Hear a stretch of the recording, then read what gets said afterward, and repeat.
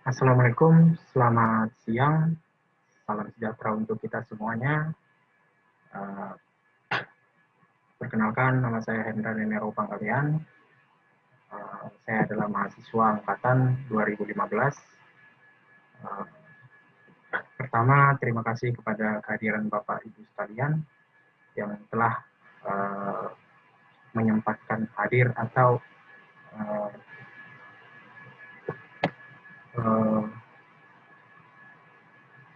meluangkan waktunya untuk ikut serta atau mengikuti sidang konferensif tugas akhir ini. Di mana pada tugas akhir ini saya mengambil judul yaitu analisa fondasi yang efisien untuk proyek pembangunan gedung tower, kantor, hotel, dan fasilitas lainnya yang berada di Jalan TB Simatupang dengan menggunakan bor pile dan tiang pancang. Daftar isi dari tugas akhir ini adalah di mana yang pertama adalah pendahuluan, tinjauan kepustakaan, metodologi penelitian, analisa dan perhitungan, dan penutup. Latar belakang, sejalan meningkatnya perekonomian negara di Indonesia dari tahun ke tahun akan berdampak kepada berbagai bidang kehidupan ekonomi, termasuk pembangunan-pembangunan di bidang teknik sipil yang nantinya akan terus berkembang dengan pesat, di mana pada perencanaan suatu konstruksi tidak terlepas dari yang perencanaan fondasi yang akan digunakan. Fondasi merupakan pendukung utama dari suatu konstruksi atau bangunan, karena itu harus diketahui besar kapasitas dukung dari fondasi tersebut. Berdasarkan cara pelaksananya dapat berupa fondasi tiang yang dipancang ke dalam tanah disebut biasanya fondasi tiang pancang, ataupun berupa fondasi yang dibor ke dalam tanah dan diberi tulangan baru dicor dengan adukan beton. Maka biasanya ini disebut dengan fondasi tiang bor. Salah satu cara dalam menentukan pemilihan fondasi yang akan digunakan antara lain beban yang dikerjakan atau direncanakan bekerja, jenis lapisan tanah, dan faktor non-teknis seperti biaya konstruksi lebih ekonomis dan waktu konstruksi lebih cepat. Rumusan masalah dalam tugas akhir ini adalah akan difokuskan dalam analisa fondasi yang efisien untuk proyek pembangunan gedung tower, kantor, hotel, dan fasilitasnya yang berada di Jalan TB Simatupang dengan menggunakan fondasi bor pile dan tiang pancang. Maksud dan tujuannya adalah yang pertama, untuk mendapatkan jumlah dari hasil analisa kedua tipe fondasi tersebut antara tiang pancang dan bor pile, sehingga dapat disimpulkan mana yang lebih efisien dalam penggunaan, pelaksanaan, dan dalam biaya. Di samping itu juga untuk menambah wawasan pengetahuan penulis atau saya dalam perencanaan fondasi dalam. Batasan masalah biar tidak terlalu meluas, jadi penulis atau saya membatasi beberapa hal. Yang pertama adalah analisa daya dukung aksial dengan bantuan Microsoft Excel secara manual, dan daya dukung lateral menggunakan software LPile Plus 4.0 dan software VCA Column untuk perbandingan nilai momen max dan momen nominal.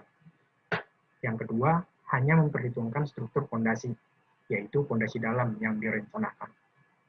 Yang ketiga, hanya menghitung rencana anggaran biaya, baik fondasi bor pile dan fondasi tiang pancang dari jumlah titik yang didapatkan. Yang keempat, tanpa menghitung biaya untuk keseluruhan bangunan. Yang kelima, menghitung penurunan fondasi segera. Tinjauan kepustakaan. Tinjauan kepustakaan di sini ada dua, yaitu tinjauan umum dan tinjauan khusus. Di mana tinjauan umum adalah tanah. Tanah terdapat beberapa sifat jenis tanah. Yang pertama adalah konsolidasi, yang kedua permeabilitas, dan tegangan geser. Di sini juga akan dibahas tentang fondasi tiang, di mana secara umum fondasi itu ada beberapa tipe atau beberapa jenis. Yang pertama adalah fondasi tiang kayu yang biasa dijumpai di pembangunan pelabuhan. Yang kedua adalah fondasi tiang baja profil. Ini kita tahu jenis fondasi yang terdapat bahannya itu dari baja. Biasanya ini dijumpai di bangunan-bangunan konstruksi jembatan. Yang ketiga adalah fondasi tiang komposit, di mana tiang komposit ini adalah perpaduan atau campuran dari beberapa bahan, misalnya kayu dengan beton dan baja. Bahkan tiang fondasi komposit ini biasanya sangat jarang dijumpai, bahkan sangat jarang untuk dipakai karena biayanya yang terlalu mahal. Untuk keempat, fondasi beton cetak di tempat. Nah, di sini ada beberapa jenis ya, bisa atau enggak macam, yaitu tiang beton yang berselubung pipa, yaitu secara permanen, di mana permanen ini yang dimaksud adalah casing yang ditinggalkan atau enggak dicabut atau enggak dicopot. Nah, untuk kedua adalah tiang beton yang tidak berselubung pipa atau enggak biasa disebut dengan temporary, di mana casing di sini diartikan bongkar pasang atau enggak cabut. Next. Nah, di sini tinjauan pustaka umum ya. Tinjauan khusus. Tadi tinjauan umum, ini adalah tinjauan khusus di mana pada tugas akhir ini yang ditinjau adalah fondasi tiang pancang dan fondasi tiang bor. Seperti kita ketahui bahwa di dalam perencanaan fondasi tiang pancang maupun tiang bor melakukan beberapa tahap desain atau analisa. Yang pertama, menganalisa daya dukung aksial, yaitu tekan dan tarik, baik di tiang pancang maupun di tiang bor, itu sama saja cara pendesainan atau perencanaan analisa untuk fondasi dalam. Nah, di mana di sini adalah daya dukung aksial yang dimaksud adalah tahanan ujung dan tahanan skin friksi. Itu harus dicari. Dalam beberapa tahap, kita mendesain dulu yang namanya end bearing. Kita harus mencari dulu di tahap ini berapa daya dukung yang didapatkan dari analisa end bearing dan skin friksi. Itu penganalisaan daya dukung aksial. Tahap selanjutnya menghitung daya dukung lateral, di mana daya dukung lateral ini yang dimaksud dengan daya dukung terhadap gempa, di mana di tugas akhir ini saya menggunakan program LPIL Plus 4.0, baik dari tiang pancang maupun tiang bor. Nextnya, berikutnya tahap penganalisanya yaitu faktor aman pondasi tiang, baik pondasi tiang pancang, pondasi tiang bor. Di sini saya menggunakan faktor aman terhadap pondasi itu 2,5. Yang selanjutnya dalam tahap penganalisaan atau desain perencanaan pondasi masuk ke efisiensi kelompok tiang, di mana efisiensi kelompok tiang ini daya dukung yang dari beberapa titik tiang tidak sama. Jumlah 4 titik tiang dengan jumlah 6 titik tiang itu berbeda daya dukung satu tiang. Nah, yang dimaksud dengan konsep efisiensi kelompok tiang, di mana beban untuk diterima dari beberapa tiang itu diefisiensikan, dibagi merata ke beberapa tiang, ke beberapa titik tiang yang ada di titik tersebut. Yang tahap selanjutnya itu adalah penurunan pondasi tiang, baik penurunan pondasi tiang pancang maupun tiang bor. Itu saya menggunakan pada tugas akhir ini adalah pakai formula, yaitu dihitung secara manual, yaitu menghitung dengan formula basic, baik di tiang pancang maupun di tiang bor. Selanjutnya di sini merencanakan anggaran biaya. Anggaran biaya yang dimaksud di sini adalah berapa rencana biaya yang dikeluarkan dari beberapa titik fondasi tersebut, baik fondasi titik tiang pancang maupun fondasi tiang bor. Nextnya, di sini adalah metode penelitian, bagaimana saya meneliti tugas akhir ini, di mana Yang awalnya saya mempersiapkan, terus pengumpulan data, mencari formula aksial. Mencari formula aksial itu ada 3 nantinya, ada 3 formula, yaitu Meyerhof, Tomlinson, dan Rice-and-Wright, dan selanjutnya mencari nilai parameter tanah. Parameter tanah di sini yang dimaksud adalah parameter yang digunakan untuk formula aksial tersebut. Next-nya menghitung daya dukung aksial. Habis tahap berikut masuk ke menghitung daya dukung lateral. Next-nya menghitung efisiensi kelompok tiang, menghitung jumlah maksimum tiang, menghitung penurunan tiang tunggal, menghitung penurunan tiang kelompok, menghitung rencana anggaran biaya, kesimpulan, dan saran, dan selesai. Nah, di sini analisa dan pembahasan. Analisa dan pembahasan di sini difokuskan terhadap tiang pancang dan tiang bor. Nah, di mana pada tugas akhir ini saya membuat atau meninjau studi kasus yang ada di Jalan TB Simatupang nomor 7, Kelurahan Cilandak Timur, Kecamatan Pasar Minggu, Jakarta Selatan, di mana pada fungsi gedung ini adalah untuk hotel, kantor, dan fasilitas lainnya. Di mana jumlah bangunan 2 tower dan jumlah lantai pada tower 1 adalah 19 lantai plus 2 basement, dan di tower 2 18 lantai plus 2 basement, dan luas lahan perencanaan pada gedung ini adalah 4.239 meter persegi. Dan untuk fungsi bangunan adalah di tower 1, lantai basementnya untuk parkiran, dan lantai dasar podium dan kantor, lantai 2-17 untuk kantor, dan lantai 18 ruang mesin, dan lantai 19 atap. Pada tower 2, lantai basement untuk parkiran, sama halnya pada tower 1, lantai dasar podium dan hotel, lantai 2 sampai lantai 16 itu untuk hotel, dan lantai 17 ruang mesin, dan lantai atap dan lantai 18 untuk atap. Tinggi bangunan pada proyek ini adalah tower 1 64,6 meter, tower 2 57,8 meter. Nah, di sini adalah data tanah berdasarkan data NSPT yang didapatkan dari proyek tersebut. Ada 4 titik boring log yang didapatkan dari data tanah, di mana pada tahap ini, di sini saya meringkas atau biasa disebut merincikan antara BH1, BH2, BH3, dan BH4, di mana di sini yang bertanda merah dibatasin antara tanah lempung dan tanah pasir.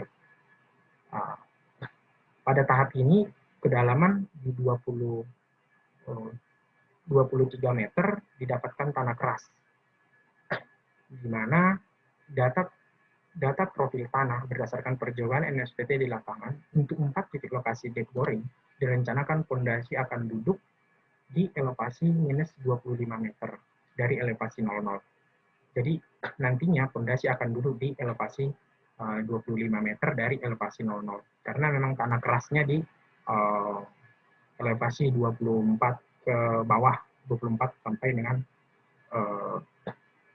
60 ya, kedalaman 24 sampai 50 meter itu udah tanah keras. Selebihnya di atasnya itu ada tanah lempung yang NSPT masih di bawah 50. Next-nya di sini adalah kelas situs tanah. Kelas situs tanah didapatkan dari proyek ini adalah tanah lunak karena berdasarkan SNI, di mana N rata-rata 8,7 didapatkan. Jelas disebutkan bahwa nilai N lebih kecil dari 15 itu dikategorikan adalah tanah lunak. Karena berdasarkan perhitungan yang saya hitung, berdasarkan SNI, memang jelas N rata-rata didapatkan 8,7. Next. Di sini adalah tahap di mana saya mendapatkan brosur atau pondasi yang direncanakan. adalah dimensi salah satunya fondasi tiang pancang, dimensi 50 kali 50 untuk kedalaman 19 meter. Nah, dari brosur GIS yang dikeluarkan oleh perusahaan GIS Joint System, mereka mengeluarkan untuk ukuran dimensi 50-50 per buahnya 12 meter. Dan untuk fondasi tiang bor yang direncanakan diameter 80, di mana di sini tulangan 12, diameter 25. Untuk panjang penetrasi tiang di tiang bor itu di sini saya rencanakan 25 meter. Parameter tanah proyek. Parameter tanah proyek yang digunakan untuk formula yang dipakai yaitu berdasarkan korelasi yang dikeluarkan oleh Terjaki NPEC. Di sini terdapat korelasi dari CU, di mana sebagai berikut, dan korelasi nilai gamma tanah yang dikeluarkan oleh Terjaki NPEC juga sebagai tabel berikut, dan korelasi nilai P atau geser tanah yang dikeluarkan Terjaki NPEC juga 1967, dan mencari nilai P berdasarkan nilai N NSPT yang dikeluarkan oleh Kishida 1967. Next. Nah, di sini adalah nilai koreksi NSPT atau biasa disebut oleh konsultan perencanaan struktur bawah N60, di mana N60 ini didapatkan dari prosedur di lapangan. Di sini bisa dilihat bahwa hammer efisiensi diambil 0,6 berdasarkan data di lapangan. Untuk faktor borehole diameter vektor biasa disebut CB itu diambil 1,05 karena diameter borehole-nya 150 mm, dan sampling method atau faktor CS atau standar sampel itu diambil 1 berdasarkan standar sampel yang digunakan, dan wrong lead factor CR berdasarkan kedalaman kalau tahap ini, di mana kedalaman 3-4 0,75, kedalaman 4-6 itu 0,85, dan kedalaman 6-10 meter itu adalah 0,95, dan 10 meter ke lebih besar dari 10 meter atau lebih jauh gitu ya, lebih dalam itu memakai angka 1. Berikut adalah formula yang digunakan untuk perencanaan daya dukung aksial baik ditekan maupun ditarik pada tiang pancang. Berikut adalah jenis tanah pada proyek tersebut adalah kondisi tanah pasir dan tanah kohesif, di mana itu lempung. Rumus untuk mencari end bearing seperti berikut. Rumus skin friksi sebagai berikut, baik di pasir maupun di lempung.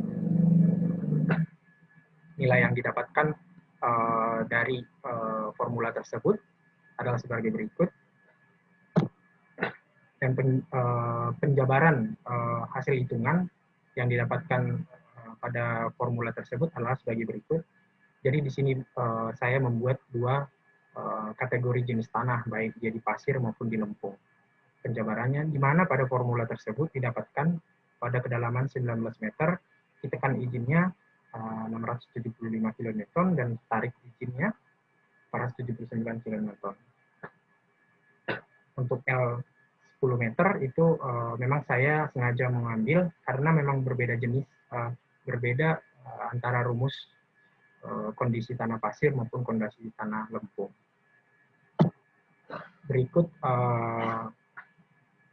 gambaran di Excel di mana didapatkan daya dukung, baik daya dukung aksial maupun tarik. Di mana di sini untuk mencari Q ultimate adalah QB tambah QS. Untuk izin tekan Q ultimate dibagi dengan safety vector. Q ultimate didapatkan tadi dari QB tambah QS. Dan di sini menggunakan safety vector 2,5 berdasarkan SNI 8460/2017. Dan untuk menghitung izin tarik itu weight pile atau biasa disebut dengan berat tiang ditambah dengan QS dibagi dengan 3. Nah, untuk selanjutnya formula yang dipakai adalah formula Tomlinson untuk penghitungan daya dukung aksial. Itu sama halnya dengan Meyerhof, di mana ada dua jenis tanah, pasir dan lempung. mempunyai rumus untuk mencari end bearing dan skin friksi dengan berbeda rumus.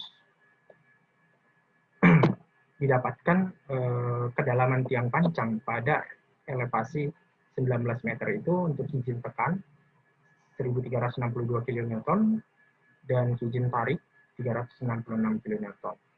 Untuk kohesif L 10 meter, panjang tiang 10 meter di tanah kohesif itu didapatkan 226 kN dan 158 kN. Jadi sengaja saya buat dua jenis tanah biar penjabaran rumus yang berbeda. Berikut didapatkan data tersebut dari Microsoft Excel. Sama halnya juga penghitungan Q-ultimate, izin tekan maupun izin tarik. Nah, di sini adalah faktor daya dukung yang dipakai untuk mencari nilai NQ, di mana tadi di Tomlinson bahwa nilai NQ-nya diambil dari berdasarkan nilai P, geser tanah. Faktor daya dukung menurut kerja Kientek.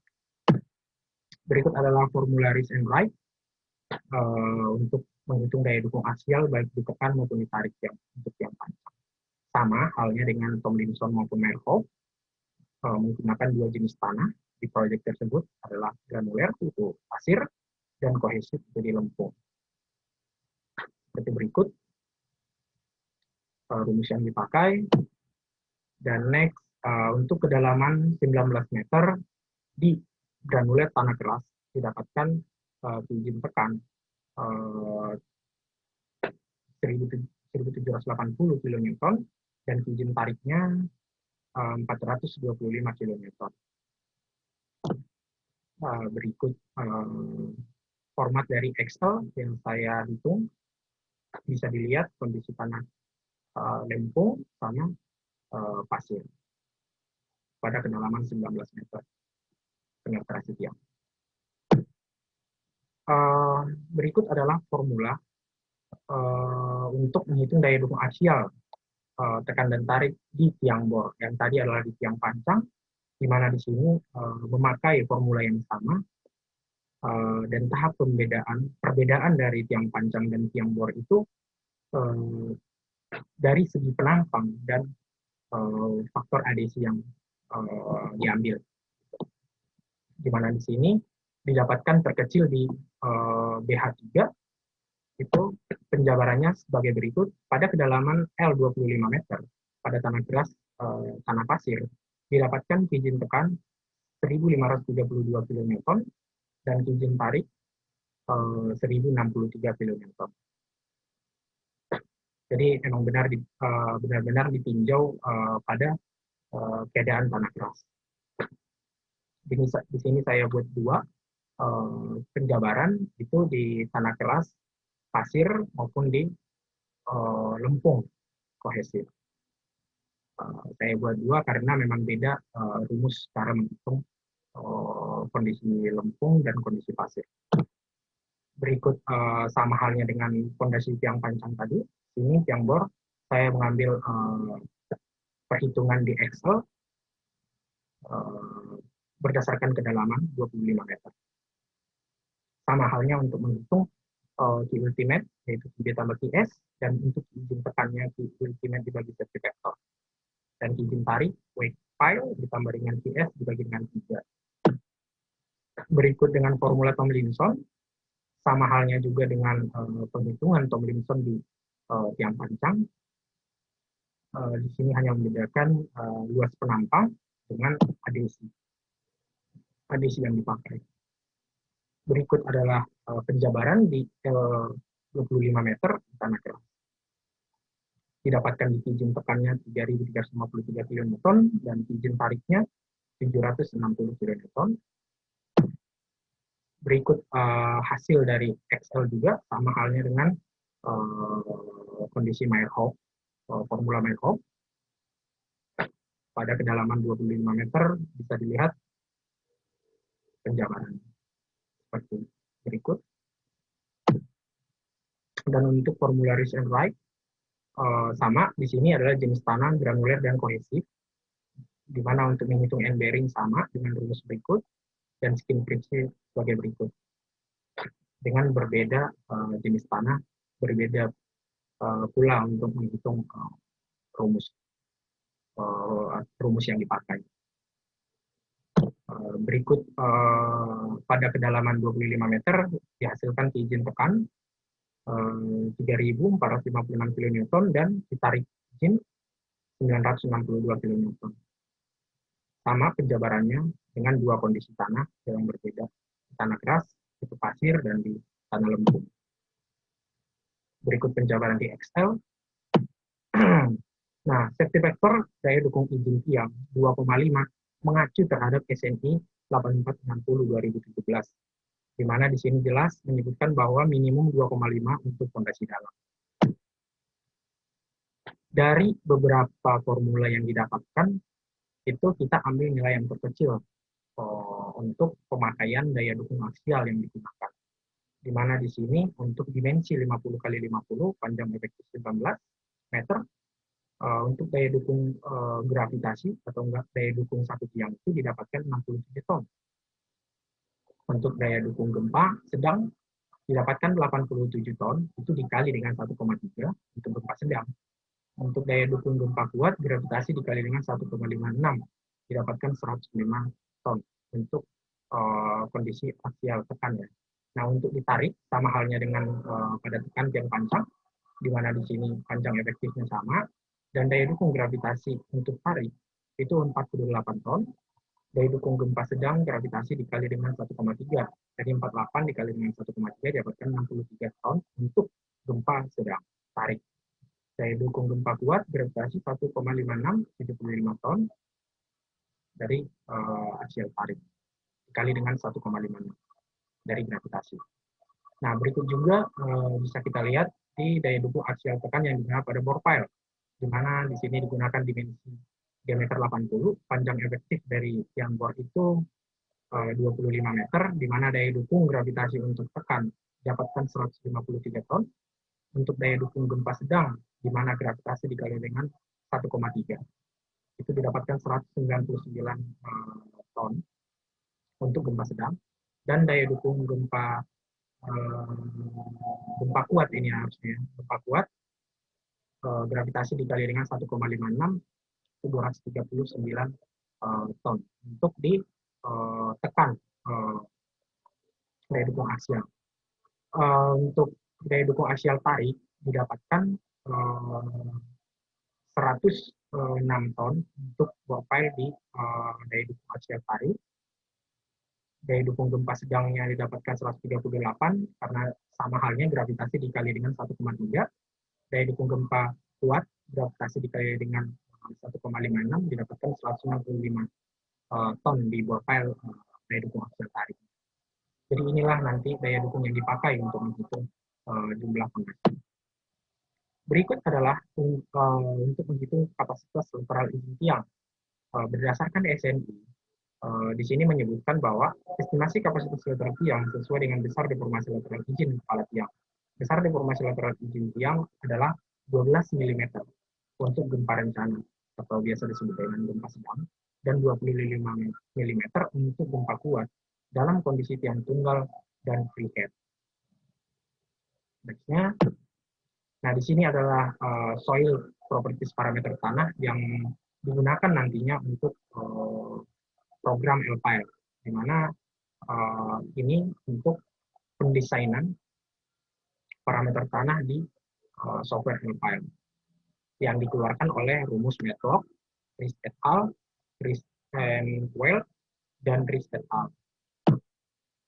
Berikut adalah daya dukung lateral didapatkan dari grafik dari software LPIL Plus 4.0, di mana tanda merah ini untuk mendapatkan nilai daya dukung lateral. Di SNI tadi menyebutkan bahwa defleksi kepala tiang adalah 12 mm dan 25 mm. Nah, di sini saya dari grafik ini bisa ketahuan bahwa di mana defleksi 12 mm didapatkan daya dukung lateral 60 kN.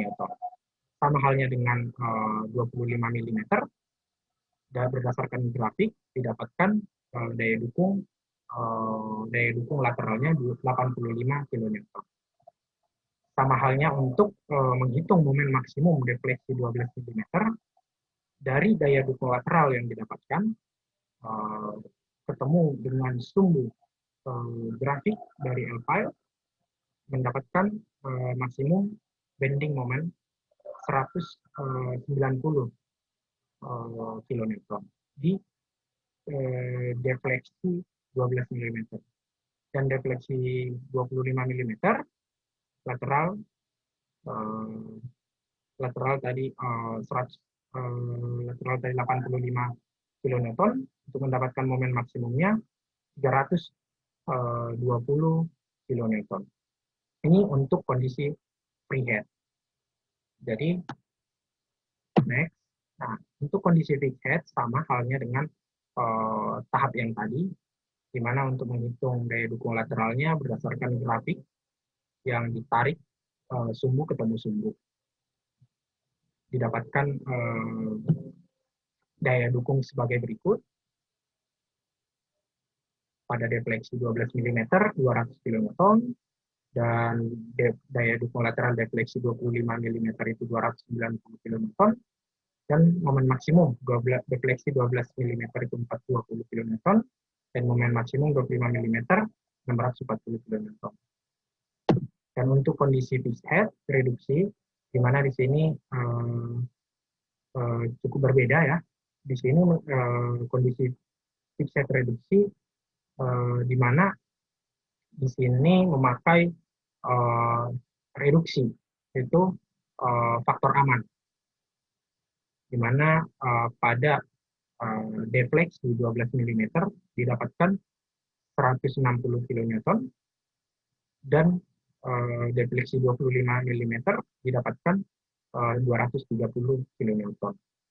Sama halnya dengan momen maksimum, didapat dari defleksi, didapatkan hasil sebagai berikut. Nah, di sini untuk penghitungan daya dukung lateral tiang bor, di sini ada 3 kondisi juga, sama dengan halnya perhitungan daya dukung di tiang pancang. Di mana di sini untuk kondisi prehead bisa dilihat hasil sebagai berikut, berdasarkan grafik di samping.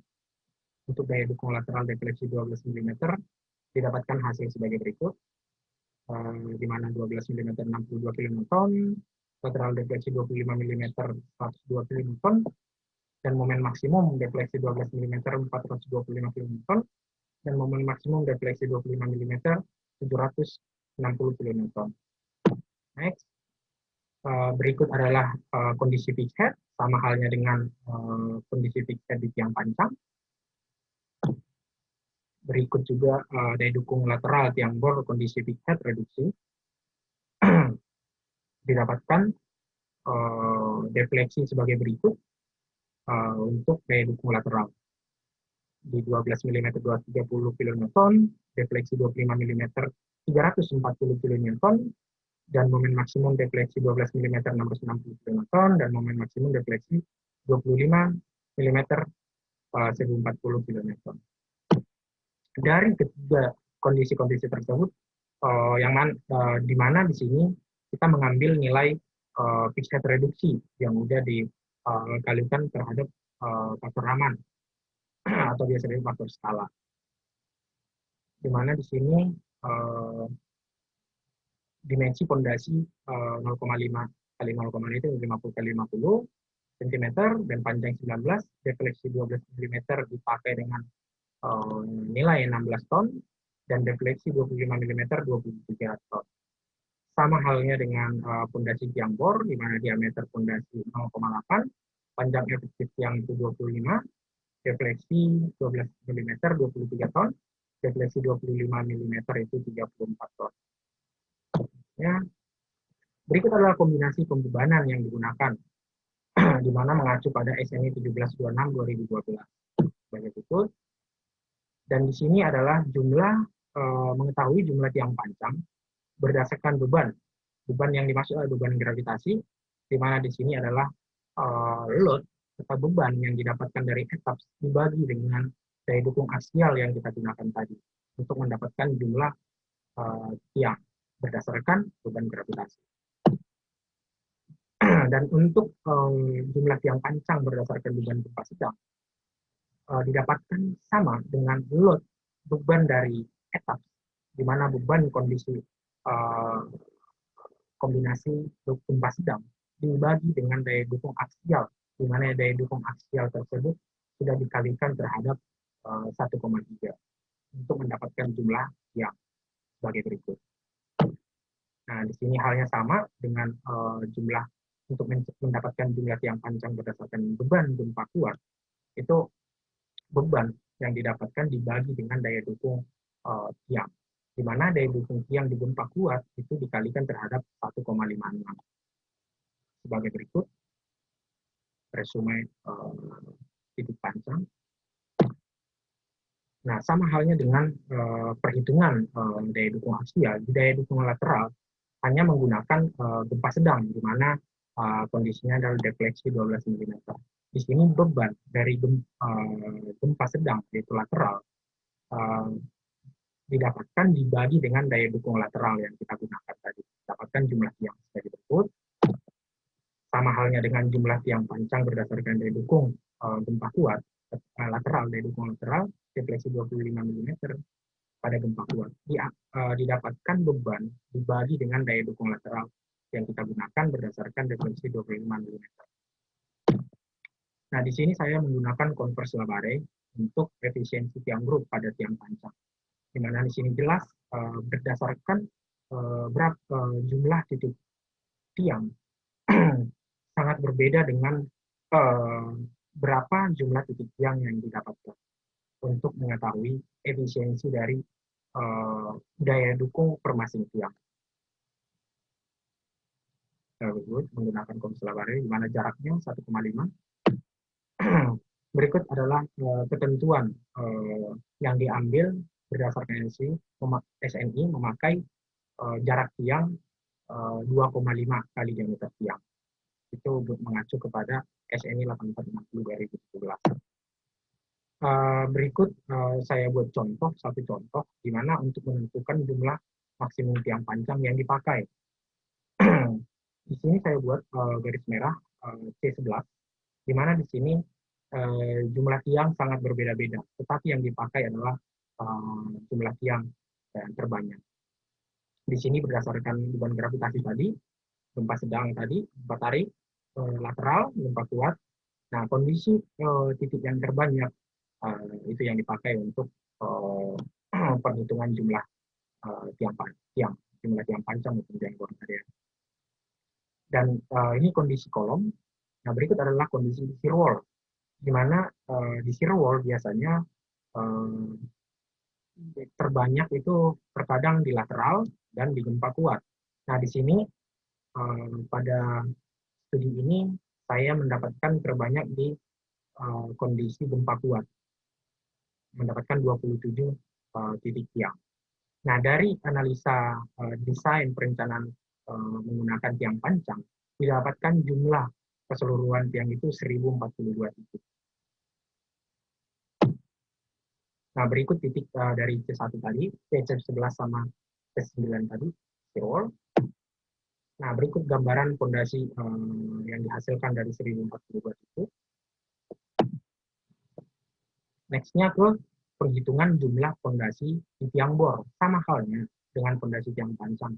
Di sini kita membagi dari beban yang didapatkan dibagi dengan daya dukung aksial, yaitu daya dukung aksial tarik, daya dukung aksial gravitasi, sorry. Nah, didapatkan jumlah tiang. Sama dengan halnya juga seperti fondasi tiang pancang, di sini gempa sedang. Beban dari gempa sedang, yaitu kombinasi dari 2 sampai 25 kombinasi, didapatkan jumlah titik tiang sebagai berikut, di mana daya dukung aksialnya dikalikan 1,3, dan untuk gempa kuat, beban gempa kuat, di mana untuk menghitung jumlah tiang bor pada gempa kuat, kondisi daya dukung aksial itu dikalikan terhadap 1,56. Beban yang didapatkan dari gempa kuat dibagi terhadap daya dukung tiang, di mana daya dukung tiang di gempa kuat sudah dikalikan dengan 1,56. Yang berikut adalah jumlah tiang bor berdasarkan defleksi 12 mm, biasa disebut dengan gempa sedang. Di sini didapatkan load atau beban dari gempa sedang dibagi terhadap daya dukung lateral yang berdasarkan tadi defleksi 12 mm. Dapatkan jumlah tiang. Sama halnya dengan jumlah tiang bor pada daya dukung lateral defleksi 25 mm atau biasa disebut dengan gempa kuat. Di sini diambil beban dari gempa kuat, yaitu kombinasi dibagi dengan daya dukung lateral pada defleksi 25 mm. Dihasilkan jumlah tiang dari itu, dan efisiensi tiang memakai formula konvers Labarre adalah sebagai berikut. Sama halnya dengan contoh tadi yang sebelumnya di tiang pancang, saya mengambil C11, di sini mengambil kondisi titik terbanyak, itu yang dipakai untuk menentukan jumlah maksimum tiang bor yang dipakai. Sama dengan 2 di shear wall, untuk mengetahui jumlah tiang dipakai itu diambil yang terbanyak. Nah, dalam perencanaan fondasi tiang bor dari keseluruhan bangunan didapatkan 497 titik tiang bor. Berikut titik C11 dan C9. Dan berikut gambaran dari fondasi tiang bor yang didapatkan dengan total 497 titik bor. Nah, berikut adalah penurunan fondasi tiang, di mana penurunan fondasi tiang tunggal ini yang tunggal maupun tiang kelompok itu memakai formula Pesik, di mana pada formula Pesik itu penjumlahan total dari S1, S2, dan S3 untuk menentukan penurunan fondasi tiang tunggal. Untuk menentukan di mana di sini untuk menentukan S1 itu sebagai berikut, untuk menentukan S2 sebagai berikut, dan S3 dengan rumus sebagai berikut. Dan untuk penurunan fondasi tiang kelompok menggunakan rumus sebagai berikut, di mana SD itu adalah penurunan tiang kelompok dan ST itu penurunan tiang tunggal. Untuk B aksen, lebar jarak fondasi tepi luar, dan B adalah dimensi fondasi tiang. Dari formula tersebut, saya mendapatkan hasil untuk fondasi tiang pancang, di mana pada fondasi tiang tunggal S1 ditambah S2 ditambah S3 didapatkan 15 mm. Untuk fondasi tiang grup didapatkan berdasarkan formula yang tersebut yang tadi pada PC1 15,30 mm dan pada PC11 40,48 mm. Untuk PC9 sama 40,48 mm dan PC8 sama PC5 30,60 mm dan PC1 15,30 mm. Dan sama halnya dengan fondasi tiang bor, penurunan fondasi tiang bor. Penjumlahan dari S1, S2, S3, di mana S1 didapatkan 5,1, S2 36,95, S3 6,60, dan total dari penurunan tiang tunggal itu 49,49 mm. Penurunan fondasi tiang grup sama halnya PC5. PC5 adalah 112,23 mm dan PC4 90,95 mm. Nextnya, di sini adalah rekap rencana anggaran biaya, di mana pada jurnal diambil harga satuan tiang pancang Provinsi DKI Jakarta sebagai berikut, dan resume harga satuan tiang pancang sebagai berikut, resume analisa harga satuan pembobokan kepala tiang pancang sebagai berikut. Nah, di mana di sini saya rekapitulasi pada fondasi tiang pancang didapatkan harga dari 1042 titik itu 19.916.891.500, dan untuk fondasi tiang bor didapatkan harga total dibulatkan setelah PPN 10% 26 miliar 59 juta. Kesimpulan, dari hasil penyelidikan SPT tanah di lapangan didapatkan analisa data rata-rata 4 titik boring itu 8,7, maka sesuai SNI 1796-2012 plus situs di proyek tersebut adalah tanah lunak. Dan yang kedua adalah perencanaan fondasi tiang pancang menggunakan 3 formula, di mana di formula tersebut kita bandingkan mana yang terkecil. Nah, dari tabel di samping kita bisa melihat nilai daya dukung yang terkecil pada formula Meyerhof, yaitu pada titik BH3, boring log 3, Untuk izin tekan didapatkan 67 ton, dan untuk izin tarik didapatkan 48 ton. Yang ketiga adalah perencanaan fondasi tiang bor, di mana menggunakan 3 formula. Dari ketiga formula tersebut kita bandingkan dan kita ambil nilai yang terkecil. Nah, dari tabel di samping, nilai daya dukung aksial yang terkecil pada formula Meyerhof, yaitu pada titik pH3, untuk izin tekannya itu 153 ton, dan untuk izin tariknya itu 105 ton. Yang keempat, dari hasil analisa perencanaan fondasi tiang pancang, didapatkan jumlah tiang pancang 1042 titik. Sedangkan untuk analisa perencanaan fondasi tiang bor didapatkan 490 titik. Kesimpulan kelima yang saya dapatkan adalah dari hasil perbandingan kedua fondasi tersebut, efisiensi biaya, maka fondasi tiang pancang lebih efisien memang dan ekonomis dibandingkan dengan fondasi tiang bor. Nah, berdasarkan perbandingan dan perhitungan harga satuan, kerjaan diperoleh biaya seluruh jenis pekerjaan pemasangan tiang pancang adalah 19.919.891.506, sedangkan jika menggunakan tiang bor diperoleh total biaya sekitar 26.059 juta. Dari hasil perbandingan biaya ini dapat dilihat bahwa penggunaan fondasi tiang pancang dapat menghemat biaya sebesar 6.142 juta. Dan yang ketujuh, nilai penurunan untuk fondasi tiang pancang pada tiang tunggal adalah 15 mm, sedangkan untuk penurunan fondasi tiang bor pada tiang tunggal adalah sebesar 49 mm. Nah, saran saya, untuk pekerjaan fondasi pada proyek ini sebaiknya menggunakan tiang bor. Kenapa? Walaupun kita melihat apabila dilihat dari efisiensi biaya, di mana fondasi tiang pancang lebih murah, bahkan bisa menghemat sampai 6 miliar. Karena jika ditinjau dari segi wilayah dan tempat di sekitar sangat padat penduduk, tidak memungkinkan menggunakan tiang pancang, karena kalau jika kita menggunakan tiang pancang bisa mengakibatkan terjadinya kenaikan tanah pada rumah sekitar ataupun bangunan sekitar, sehingga menyebabkan retak ataupun merusak bangunan sekitar atau terjadinya halving. Juga ditinjau pada aspek pelaksanaan dalam proyek proses pemancangan, fondasi tiang pancang hanya dapat dilakukan pada malam hari, yang dikarenakan lokasi proyek berada pada pusat perkotaan yang ya akan padat penduduk. Nah, yang kedua, pada tugas akhir ini memang saya hanya menggunakan data SPT.